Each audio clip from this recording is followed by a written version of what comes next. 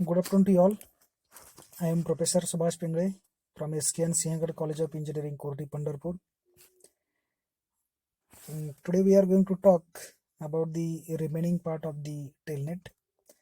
In the last session, already we have seen the introduction to the Telnet, how the Telnet works, how we can log in to the remote system by using the Telnet. Telnet is one protocol which is used for the remote login purpose, or we can say that we can access the system from remotely. So that's why we are using the Telnet. So some part we have seen in the last session. Now we'll see the remaining part.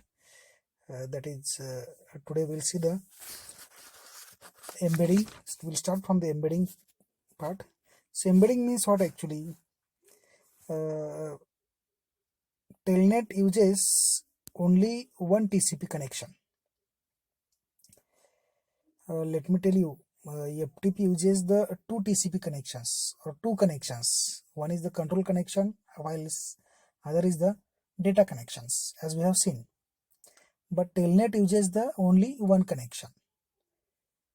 So Telnet uses only one TCP connection. The server uses over here the well-known port number, which is called as the 23 port number, and client uses the EP-Emerald port number. So the same connection is designed for sending both data and control character. Here, once the connection is established, that connection, same connection, is used to transfer the control and data information. But it is not happening in case of the FTP. FTP having the separate connection to carry out the control information and a separate connection to carry out the data information, means data. But here only one connection is used to carry out the control as well as data information. So now Telnet, for that it embeds the control character in the data stream. If it uses only one connection to carry out the control information and data information and data, then how we can differentiate where the control information is ended or finished and from where the data information is starting? So for that we have to use the concept of embedding. Okay, clear? So for that embedding means what actually? It uses one special control character called as the interpret as control, IAC. Interpret as control, it's called as the IAC. So which differentiate the control and data.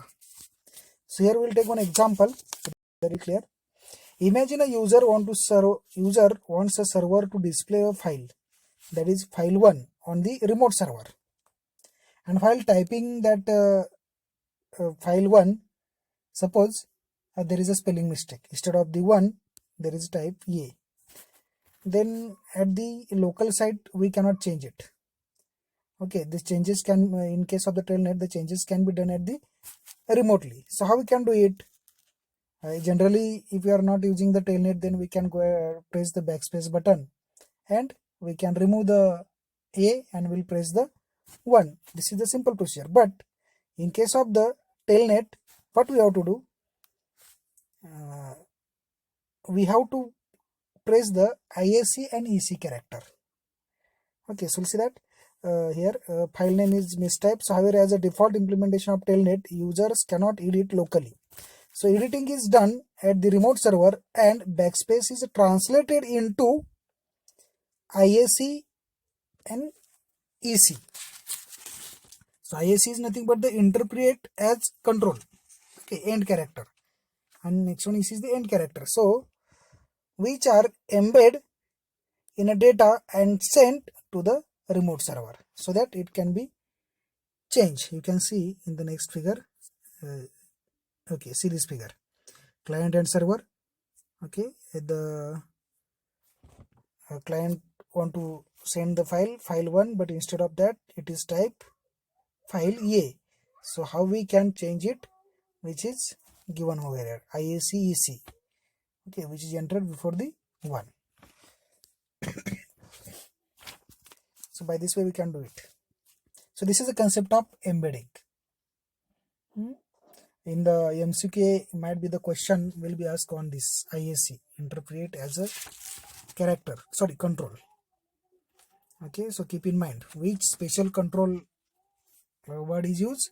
So interpret as a control, IAC. Okay, so now we'll see the next point, that is options. So telnet lets the client and server negotiate options before or during the use of the services. So options are extra feature available to user with more sophisticated terminal.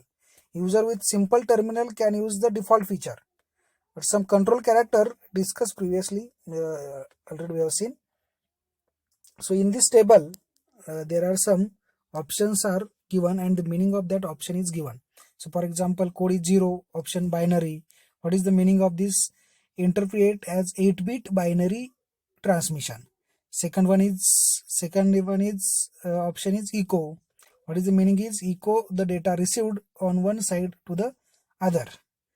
Then third one is the suppress go ahead. Suppress go ahead signals after data. The next one is the status. Request the status of the telnet. Then timing mark, define the timing mark. Then terminal type, set the terminal type. Then terminal speed, set the terminal speed. Line mode, change the line mode. So these are the some options are given. Okay, and each have its meaning. Okay, for example, status. The option allow the user or the process running on the client machine to state the status of the option being enabled at the server side. This is the field. For example, timing work. What is the meaning of this field? Timing work. This option allow one party to issue a timing mark that indicate all previously received data has been processed. The next one, suppose terminal type. What is the meaning of this option? The option allows the client to send its terminal type. Terminal speed. This option allows the client to send its terminal speed. Then suppose line mode. This option allows the client to switch to the line mode. Okay, so these are the meaning. Suppose for example binary. So this option allows the receiver to interpret every 8-bit character received except IAC, because IAC is a special control interpreted character. Okay, as a binary data. So when IAC is received, the next character or character are interpreted as a command. You know that when we are inserting the IST in the last example we have seen. Then echo. This option allows the server to echo data received from the client. So these are the some meanings of each these options. Okay, this is also important because you should know the meaning of each options. Then we'll see the some option negotiations, because NVT character sets uses some option negotiation. So to use any of the option mentioned which earlier, okay, first require option negotiation. So between the client and server. So 4 control characters are used for this purpose. So we'll see that which are those 4 control characters. These are the will, won't, do and don't, which is given in this table. So will, then it's a code, a decimal 251, then it's binary conversion. And what is the meaning of this will? This is important. Offering to enable, and second one is accepting a request to enable. Then won't have the meaning rejecting a request to enable, offering to disable, accepting a request to disable. The next one is the do, approving an offer to enable, requesting to enable.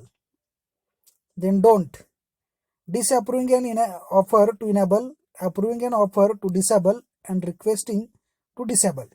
So these are the meaning of these 4. Even though afterwards there are some diagrams, so at that time it will also clear the concept. Okay, 5 will use this enabling the options. So first one, offering and enable an option.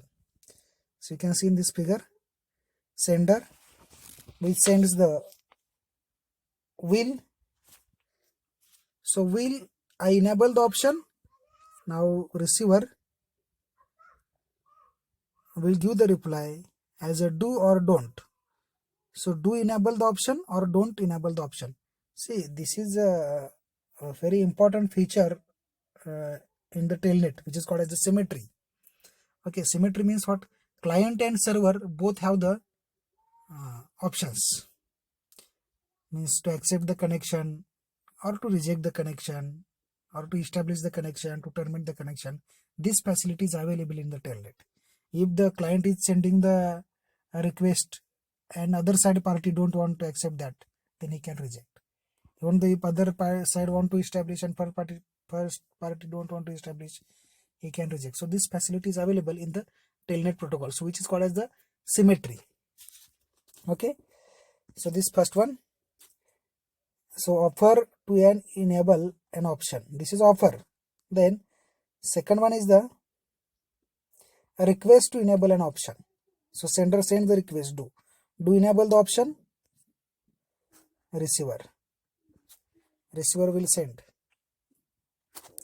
Okay, will or won't, that is I will enable the option or I won't enable the option. So it depends on the receiver, means other party, whether I have to enable or not.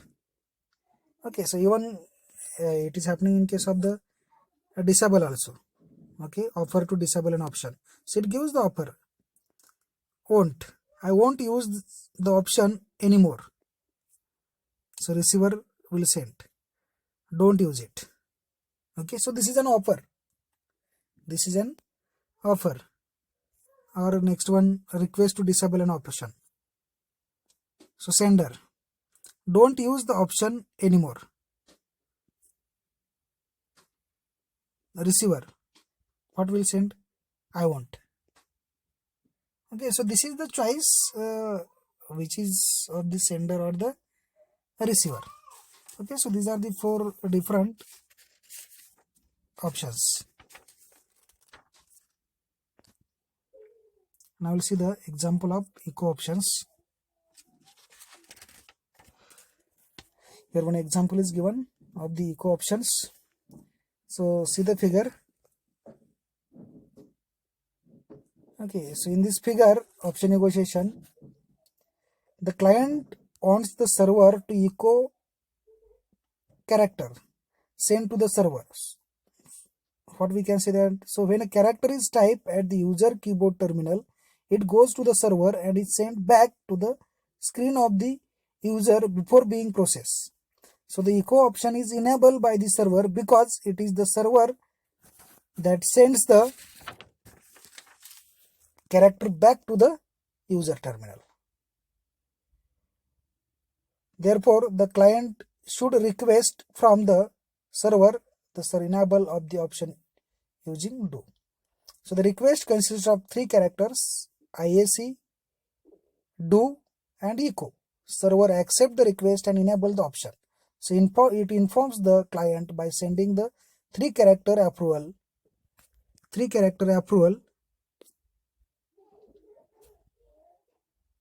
IAC, will and echo. Then next one is the symmetry. Just example I explained it. Okay, so here one more example of sub option negotiation. You can see in the figure. Okay, so some option requires additional information to define the type of speed of a terminal.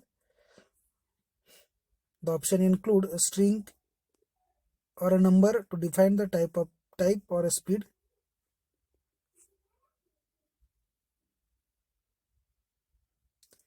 Okay, see in the figure, terminal type will IAC, I will enable the terminal option.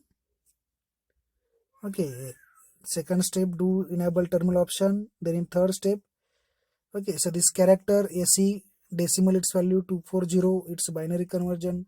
Then sub option meaning, that is sub option end. Then character SB decimal value 250, its binary and its meaning is sub option begin. Okay, sub option end, sub option begin, which is given in the third request. Okay, so you can see here. So this is about the sub option negotiation. Now before going to see the mode of operation, let me tell you one more important concept, which is out of band signaling. Because the many times the question has been asked on this out of band signaling in the MCQ or in the theory part. So what is the concept of out of band signaling? To make control character effective in a special situation, Telnet uses out of band signaling. Means what actually? Out of band signaling means what actually? The control characters are preceded by IAC and are sent to the remote process out of order. Means we'll take one example. Suppose there is a connection is established between the client and server, and client is sending the data to the server, but due to some problem, server doesn't give the response to the client. Then at that time, what the client can do? Maybe due to suppose server have any other important work or whatever may be it. Okay, it doesn't give the response to the client. So at that time, client sends out of band signaling request by adding the IAC and DM, that is data mark. Okay, it adds the IAC and data mark. So data mark, which is called as the urgent pointer, if it adds a data mark into the request, okay, so at that time server how to handle that request, how to give the priority to that request, because it's an urgent request, and so that then it's urgent request, so it indicates that it have more priority, and then it gives the reply to the client. So this is a one way. So that's what it's called as the out of band signal. So imagine a situation in which an application program running at the server side has gone into an infinite loop and does not accept any more input data. So if the user want to interpret the application program, but the program does not read data from the buffer. So the TCP at the server side has found that the buffer is full and has sent a segment specifying that the client window size should be 0. So what does the telnet does over here? So when a telnet process, client or server, want to send an out of band sequence of character to the other process, it embed the sequence in a data stream and insert a special character called as the DM, data mark. Keep in mind, in the multiple choice question, the question may be asked on this point. Okay, a sequence in the data stream and insert a special character called as the DM, data mark. However, a forced other party to handle the sequence out of order, because might be the server have the number of requests, but if such a request comes from the client in which a DM is added, so first of all server will give the priority to this request in which DM is added, data mark is added. Okay, and it will give the response. So this is a one way to communicate with the server. If the server is in infinite loop, or if the server have some problem, or we can say the is there any issue, then server can communicate with the client. So it is nothing but the synchronize, resynchronize, we can say, not synchronize, resynchronize at the two end. Okay, so this is this concept is called as the out of band signaling. And now we'll see the mode of operations. This is also important point. In the university examination, the question may be asked on this point. Explain mode of operation in telnet. So there are basically three mode of operation: default mode, character mode, and line mode. Means in which mode client or server works, whether it is default mode, character mode, or line mode. So first of all, we'll see about the default mode. So the default mode is used if no other modes are invoked through option negotiation. So in this mode, the echoing is done by the client. The user types a character and the client echo the character on the screen, but does not send it until a whole line is completed. So after sending the whole line to the server, the client wait for the go ahead command. Okay, so from the server, so because accepting a new line from the user. So this operation is called as the half duplex operation. So the half duplex operation is not sufficient when the TCP connection itself is a full duplex, and so this mode is becoming obsolete, because if we are using the TCP protocol, then as we know that the TCP is a full duplex, it is the full duplex communication. Okay, next one is the character mode. So in the character mode, see how the character mode works. In the character mode, each character type is sent by the client to the server, and the server normally echo the character back to the display on the client screen. So in this mode, the echoing of the character can be delayed if the transmission time is long. Okay, so there are some characters. First one is the user enter a character that is sent to the server. The server acknowledges the received character and echo the character back. The client acknowledges the receipt of the character, of the echo character. And the last one is the line mode. Okay, so line mode has been proposed to compensate for the deficiencies of the default mode and the character mode. So in this mode, called the line mode, line editing is done by the client. The client then sends the whole line to the server. In the one example we have seen, at the local login or local site, we cannot change that command will be inserted. Okay, ISC and EC, and changes will be done at the remote site. Okay, so now here line mode, in this line mode we can do it. So the client then sends the whole line to the server. Although the line mode look like the default mode, it is not. The default mode operation in the half duplex mode, and the line mode is a full duplex mode, with the client sending one line after the another without the need of an go ahead character from the server. So here client can does this. Okay, so these are the three mode of operation. One is the default mode, second one is the character mode, and third one is the line mode. Okay, and each have its working or some differences which we have seen. And the last point is the telnet command. So in the first lecture, or we can say in the first session, I told you some commands. If you want to do a login at the remote site, then how we can log in the remote site by using the telnet. So telnet uses an interface to the telnet protocol. The telnet command is used to communicate with another host using the telnet protocol. If the telnet is invoked without the host argument, it enters the command mode indicated by its prompt.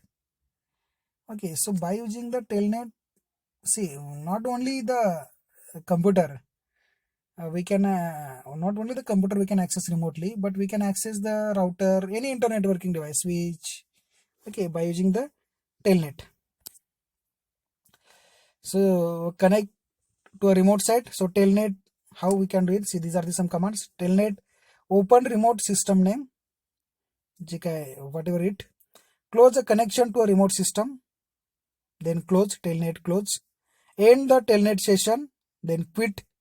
To display a list of telnet, just press enter the question mark, and to get explanation about the command, it uses the help. So these are some commands: close, quit, then question mark, help. Okay, or telnet, then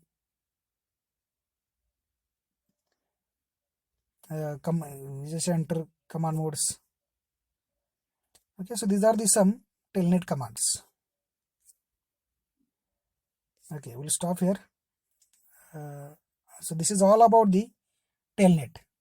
In the next session, we'll start the SSH protocol. Okay, we'll stop here. Thank you.